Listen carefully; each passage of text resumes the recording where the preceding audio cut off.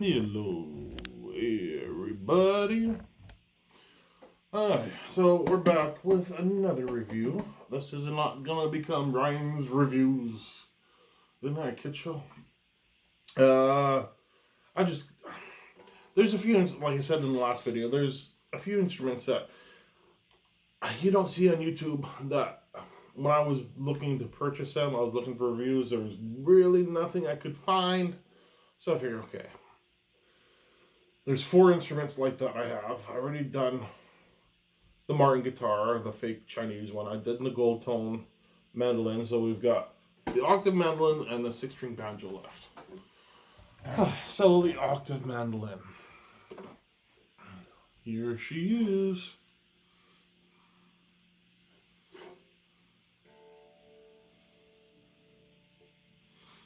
All in all, not a bad looking instrument. The finish is nice on it. The fretwork's nice on it.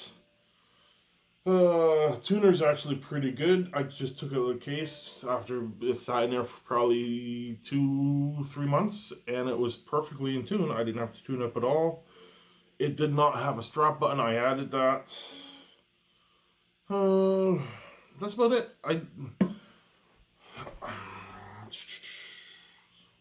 So what is this thing? This is a Thomann, Thomann. I don't know if I'm saying that right. Made from Germany. It's an octave mandolin. It's an M1087 made by Hora, Hora, in Romania. So I ordered this from Germany. There's one guy that was selling one local, but when I started researching it, I got this out of Germany, brand new, for less than he was selling it for. So that's why I bought. I was worried about the shipping, but all in all, I don't know. I have to go look again. I'll list all the details about it on in the description. But I believe it was like $220 Canadian, and then by the time shipping everything was done and duties and all that fun stuff, I think that cost me a total of $80. So it was right around the $300 mark, maybe $310. That's not bad for a octave mandolin.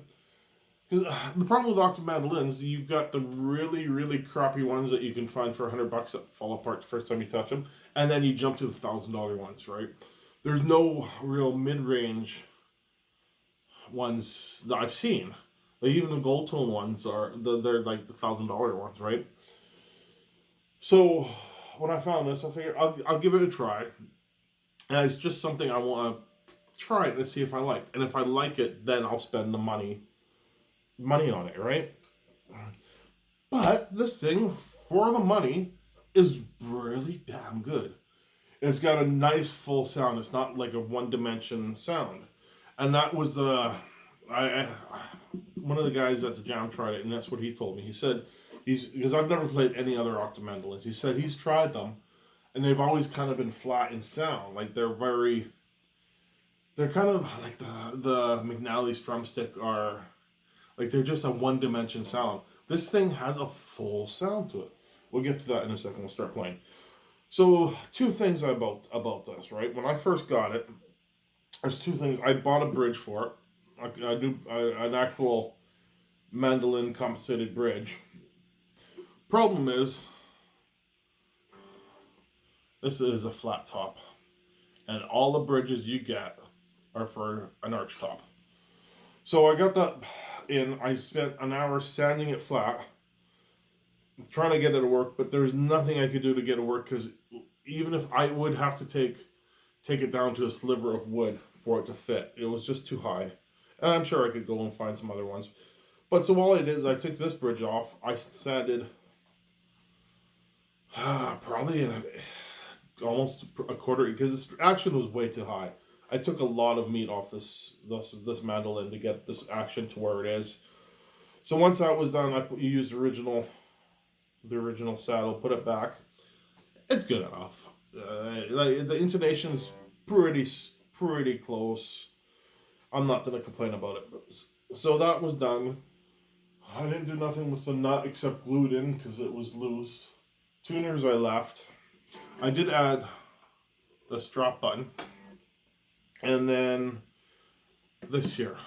So this was some researching because I didn't know what I was playing it, and there's sounds in there that I did not like. There's something going on, and what I finally tracked down, it was these strings here were vibrating, like the ones past the saddle, and I don't know what they're overtones, undertones, cross tones, whatever they call them. And I was researching. There's some little rubber grommets you can get that you go in between the strings. I just wrapped a shoelace around it. Got rid of it. Muted these strings. No more problems. All good. So that was it. Like, the action had to come down. That had to be muted. This little... Like, this isn't even that bad. Like, it's... A lot of the... You see on cheap mandolins, these things are, like, paper thin. You'll cut yourself. It's not bad. Like, it's not... You can tell they haven't cheaped out on their quality. Like, it's not... So why'd I do that? Now how am I going to do that? Let's go. Come on. As I break it on camera, right? There we go. So, like, I wasn't expecting all this for a $220 instrument. I was expecting it to do a lot more work to it. Okay, so let's... Now, keep in mind, people. Straight facts. I haven't played this in 3 months. I'm talking a lot right now just so I can try to remember what my chords are. Because it's been a while. But for the Merlin people, you know... Okay, so how's it tuned, right? We got a G, D, A, E. So, a normal mandolin, that last D would be an E. But I left it the D because that's kind of what I know from the Merlin, right? So we got D, A, D, but we just have the added G on the top. So for the most part, for Merlin players, you could make an easier transition to this thing. You have to remember you got the extra frets, and then how to do that. Take care of that G string. Besides just muting it all the time, because you do want to use it. So how's it sound? Let's go some chords on this thing.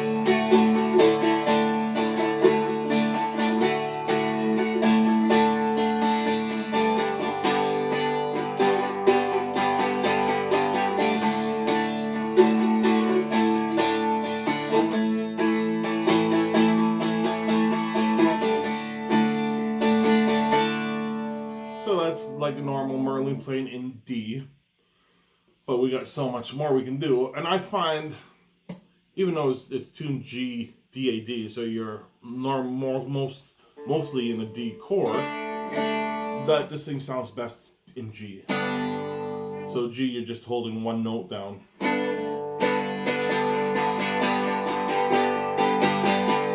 Or you can hold 2 down and add to it. I just have to say that because I just changed what I was doing.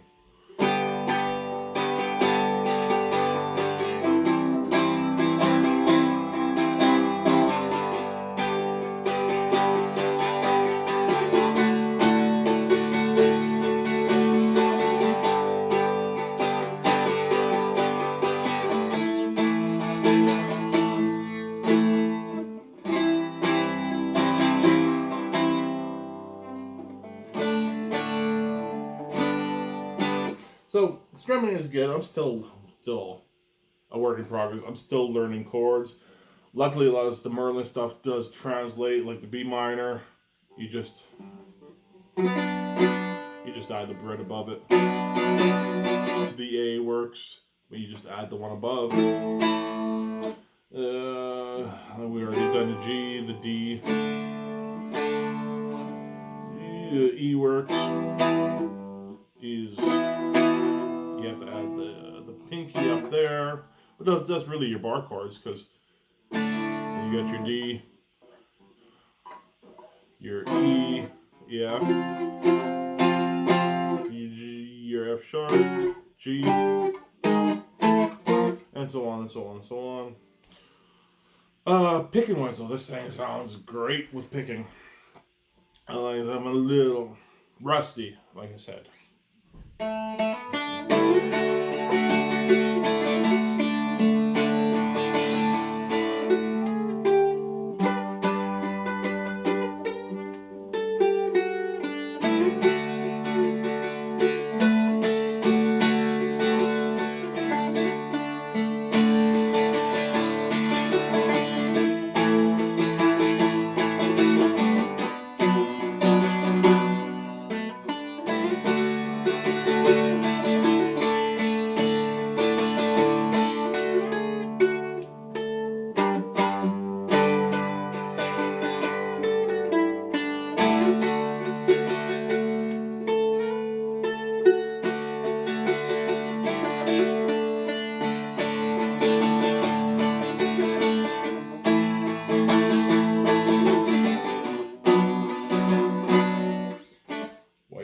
Way rusty, so shouldn't even have played that one.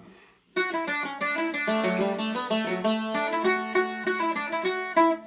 don't like doing that light. I'd start that over.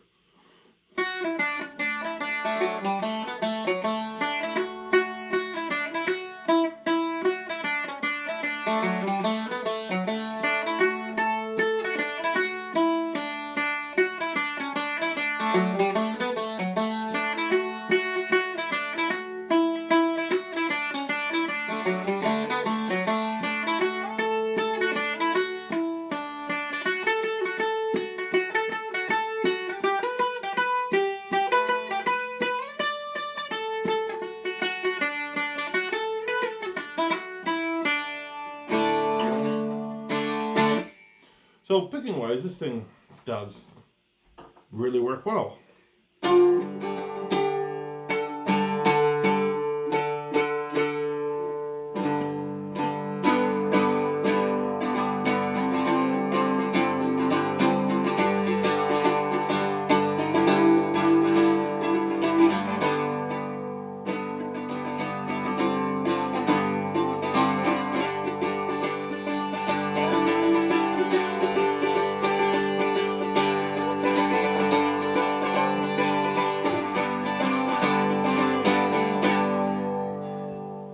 Oh, no, I'm just messing around. Whatever. So that's it. That's the more detail will be in the description. I'll put the website where I bought it, the link to the actual instrument, so you have all the details there. But that's basically it. Octave mandolin out of Germany, made by Hora, Hora. $300, roughly. I gotta look that up too. I think that's what I paid. This is going back in a while. Alright, practice, patience, have fun. We will see you guys next time.